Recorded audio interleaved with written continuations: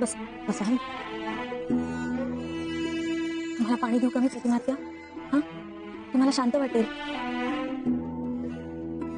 मी आहे. हा,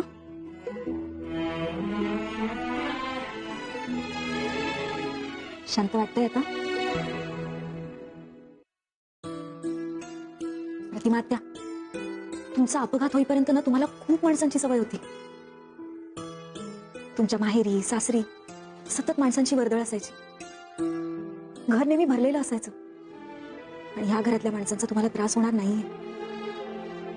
त्यामुळे इथल्या माणसांच्या प्रेमाची भीती बाळगू नका.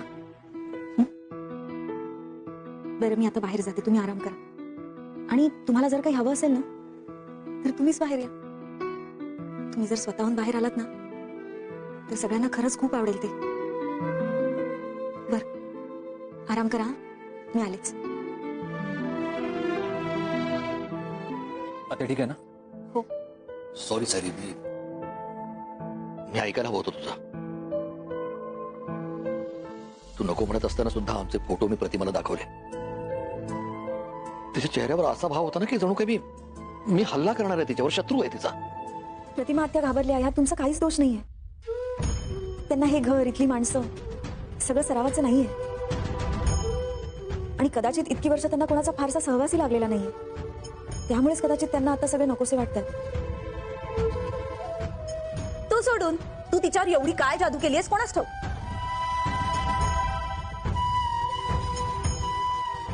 सायली, तुझ्या मनातली माया वहिनींना कळतेय ग.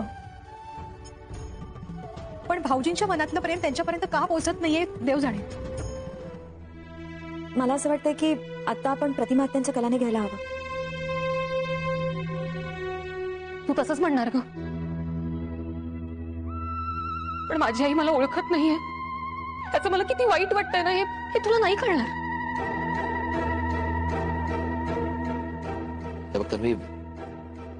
तर मी आपल्याला काही दिवस हे दुःख सहन करावं लागेल. पण सायली, मी प्रतिमाला त्रास होईल असं नाही वागणार आता. तर मी तू पण जरा शांतच राहा. बापरे, किती दुर्मिळ दृश्य आहे हे अण्णा. ते म्हणजे तुम्ही एका लहान मुलाबरोबर खेळताय. काय कोण आहे? कोणा आणि नाव काय याचं? विमा. हा, विमा विमा ते तुम्ही काय म्हणता ते पॉलिसी बिलिसी. इन्शुरन्स. हा ते म्हणजे कळल कळल, लवकरच कळल. कशी झाली होडी? मस्त आहे ना? तुझ्या आजोबांनी शिकवलं नाही का तुला होडी बनवायला? आता पाऊस पडला ना तर पावसात असं पाण्यात सोडायचे, म्हणजे वाहत जाते. मस्त आहे ना? मी सांगत नाही तोपर्यंत बाहेर यायचं नाही. ते जर चॉकलेट कळलं का, लपून बसायचं. हा मग लपून बाहेर येऊ नको. थांबते.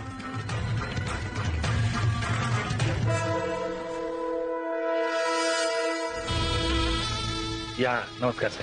नाही पण माझ्या दुकानात पाणी गेलं. आता बस झालं. मला माझे 22 करोड रुपये पाहिजे. तुला आणखी मुदत मिळणार नाहीये.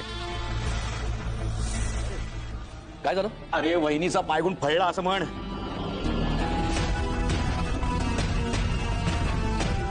हे बघ, प्रतिमा वहिनीचे चोरीला गेलेले दागिने सापडले. हे कसं काय? मार्केटमध्ये एमके ज्वेलर्स आहेत ना, त्यांचा माणूस आला होता सकाळी दागिने द्यायला. मी बघितली तर प्रतिमा वहिनीचे दागिने.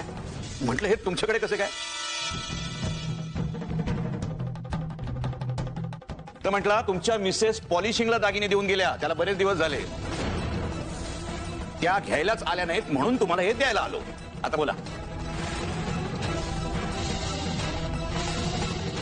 दादा. मी पोलिसांना लगेच फोन केला आणि म्हटलं केस क्लोज करा, काही आता पुढचं इन्व्हेस्टिगेशन करण्याची गरज नाही.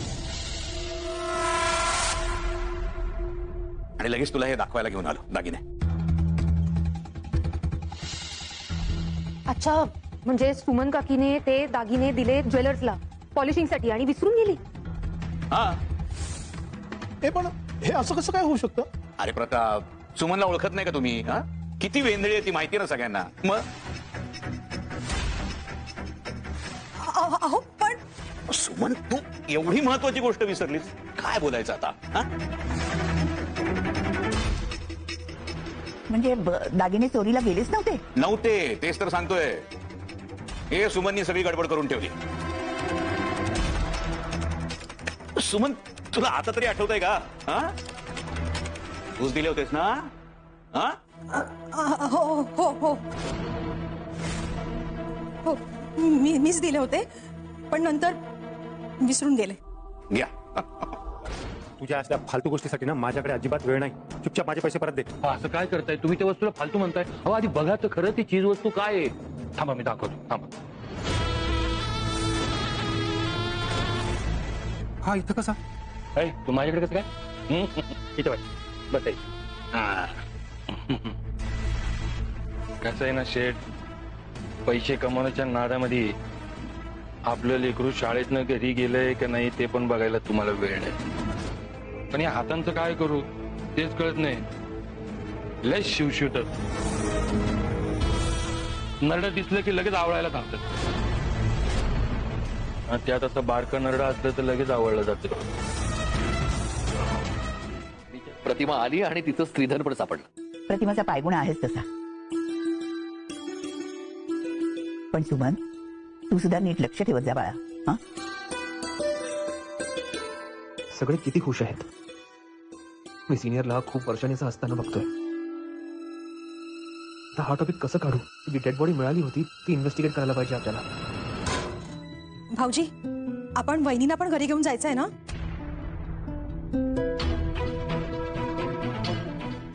इतक्यातच? हा, म्हणजे स्वतःच्या घरी गेल्यावर त्यांना लवकर बरं वाटेल ना. मग हे प्रतिमाचं घर नाहीये? अगं इथे तर ती लहानपणापासून येत होती. या घरात तिच्या जास्त आठवणी आहेत. आणि सगळ्यात महत्वाचं म्हणजे प्रतिमा सध्या फक्त सायलीचं ऐकते. समजा तुम्ही तिला घरी घेऊन गेला आणि तिथे ती हायपर झाली, मग तुम्ही काय करणार आहात सांगा ना. नाही, मगाशी जे काही घडलं ते पाहता प्रताप म्हणतोय ते पटतंय मला. सायली, तुझीच सोबत राहू दे प्रतिभाला. मग तुम्ही आणि तन्वी सुद्धा इथेच राहा ना थोडे दिवस. म्हणजे प्रतिमा तुमच्या नजरेसमोर राहील आणि तिलाही तुमची सवय होईल. आणि मला अर्जुन जवळ राहता येईल. शैलीच्या नाकावर टिचून त्याच्या समोर मिरवता येईल. ठीक आहे पूर्ण. तन्वी, तुला चालेल ना? हो बाबा, आईसाठी काही. बाबा, उलट इथे राहून ना मी आईची खूप सेवा करेन. तिची मेमरी परत यावी म्हणून प्रयत्न करेन. मेलो तर मी इथेच राहिली तर ती सतत माझ्या पुढे पुढे करणार आणि त्यामुळे मिसेस सायली हर्ट होणार. मिस्टर अर्जुन सुभेदार, आता तुम्ही हे कसं मॅनेज करणार आहात? ठीक आहे, मग आपण इथेच राहू. तसंही नागराज आपले कपडे घेऊन आलेलाच आहे. पूर्णाई, मी नाही थांबत. हा, मला यांच्या जेवणाखाण्याचं पण बघायला हवं ना घरी. अगं पण अहो, मी येऊन जाऊन असेल ना. आणि सायली इथे प्रतिमा वैदींची छान काळजी घेईल, मला खात्री आहे. चला निघायचं का आपण? हो, येते. हा पूर्णाई. चल ये. चला भाऊजी. येस, हाच चान्स आहे. काल काय झालं ते मिसेस सायलीला सांगायलाच पाहिजे.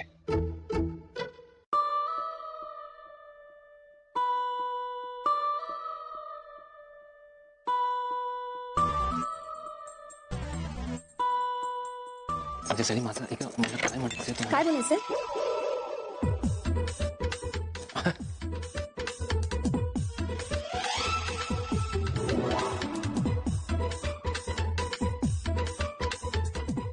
मला तुम्हाला काय आई, सांगायचं? मी प्रतिमा आत्यांसाठी नाश्ता घेऊन जाते. हा,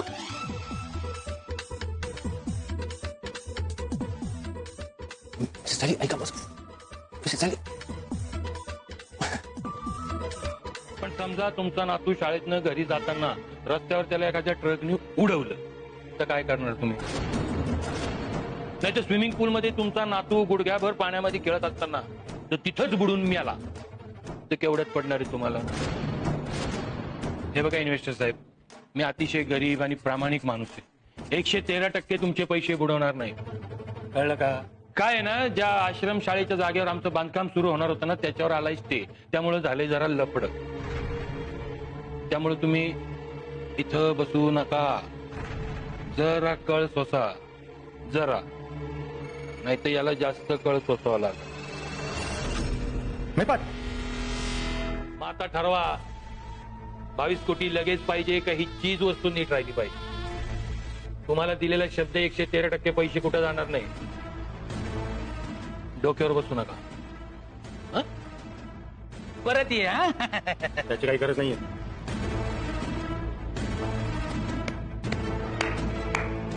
माइंड ब्लोईंग. क्या बात आहे अण्णा. ते म्हणजे खरंच कसं सुचतं हो तुम्हाला? खरं तर तुमच्या या सगळ्या पद्धती मला पटत नाहीत, पण तुमचं कौतुक केल्याशिवाय सुद्धा राहत नाही. कौतुक बस झालं. 22 कोटी कुठून आणायचं त्याचा विचार करा. त्या आश्रम शाळेवर आलेला स्टे उठला तर पैशाला लागलेलं बूज निघणार आहे. करा, विचार करा. साली हे बघा, मला तुम्हाला कॉफी हवी आहे ना? कॉफी. मी कुठे कॉफी? नाही कॉफी नाही. हे बघ, ऐकून घ्या माझं. आई, दुपारी जेवायला काय करू? अगं तुला काय हवं ते ठरव. आपण जेवताना गोडाचं बाकी नक्की काहीतरी कर. मला काय बोलायचं सांगायचं. हो नो, मी मिसेस सनीशी नीट बोलतोय. हे जर तन्वीला दिसलं तर तिला नक्कीच डाऊट येईल. काय बोलायचं होतं?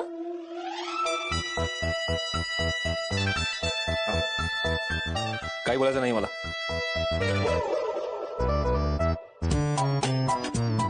म्हणजे आता यांचं सगळं प्रियानुसार बदलणार आहे का? ही दिसली तर हिच्याकडे बघून हसणार आणि माझ्याशी बोलणारही नाहीत. नाटकाच्या नावाखाली मी हे असं काहीही खपवून घेणार नाहीये. अर्जुन, ही घे तुझी फेवरेट कॉफी. हो, थँक्यू सो मच. बायको, खूप भूक लागली आहे, पटकन जेवण दे. ठीक आहे, तुमची फेवरेट कॉफी. अरे पण मिसेस सायली थोडं पाणी देता का? ठीक आहे, तुमची फेवरेट कॉफी. तुम्हाला खूप प्रिय आहे ना तुमची कॉफी. पण मिसेस सायली, मी काय म्हणतो तू? ठीक आहे, तुमची फेवरेट कॉफी.